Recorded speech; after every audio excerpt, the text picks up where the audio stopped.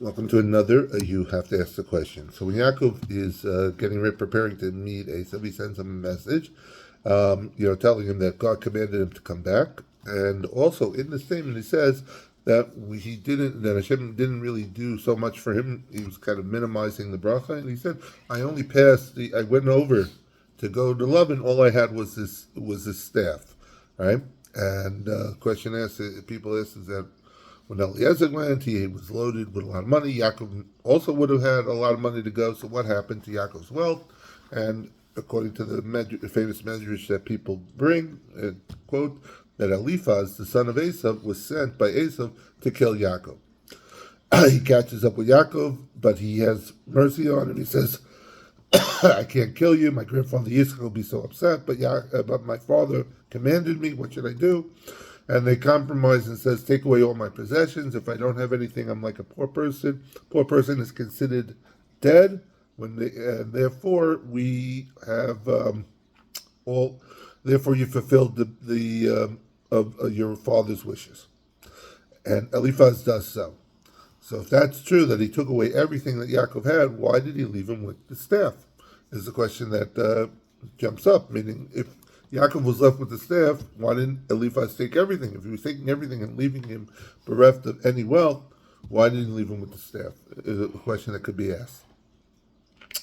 So it comes on, and this also kind of helps answer another question, this whole concept, I believe, where it says in the beginning of Parshos Toldos that when Esav came in, and he said to Yaakov, give me some of that red stuff that you're cooking, that it says that's why he's called Edom. Al Kain, Korah, Shemo, Edom, that his name is called Edom. And people also wonder, is that the reason why he's called it? Just because one day he called something red stuff, his whole nation is called Edom, red?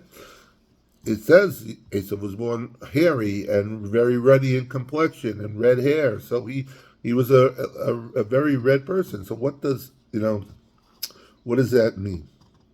That he gets called Esav just because he called the lentils red, this red stuff. So to understand this, to understand what Esav is all about, Esav is really all about this world. It's about the physicality of this world, things that have value in this world.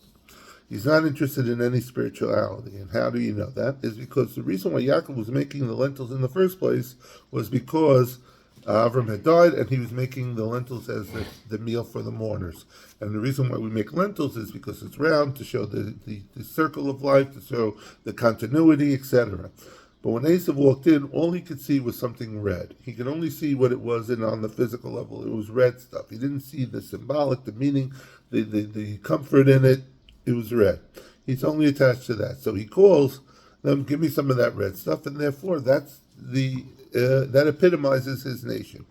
And I think that's something that's similar to here. The reason why Eliphaz didn't bother with the staff is because there's something that we know in the halacha, that a wooden staff is something called a pshuto kli eitz, which means a simple wooden object. And a simple wooden object has one unique characteristic, is that it's not mekabel tumah.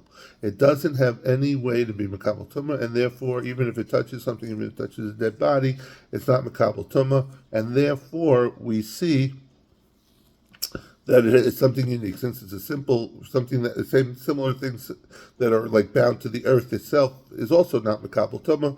So it's that kind of concept. So it could be that in Eliphaz saw something that's not mekabel tumah. It has zero value to him. It's not something that could be used in this world to benefit his thing. So therefore, to him, it was like nothing, and therefore he left it. So you see that the epitome of the Edom philosophy is only this world. They're not interested in any spirituality. The fake spirituality that they conjure up is really for their self-serving needs.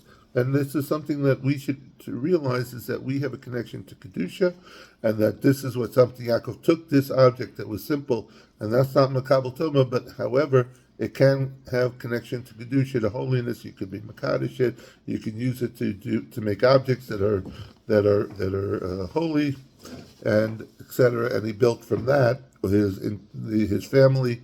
He was able to work. He used the staff as a tool to be a shepherd, etc. And therefore, you see, he built on that. Have a great week.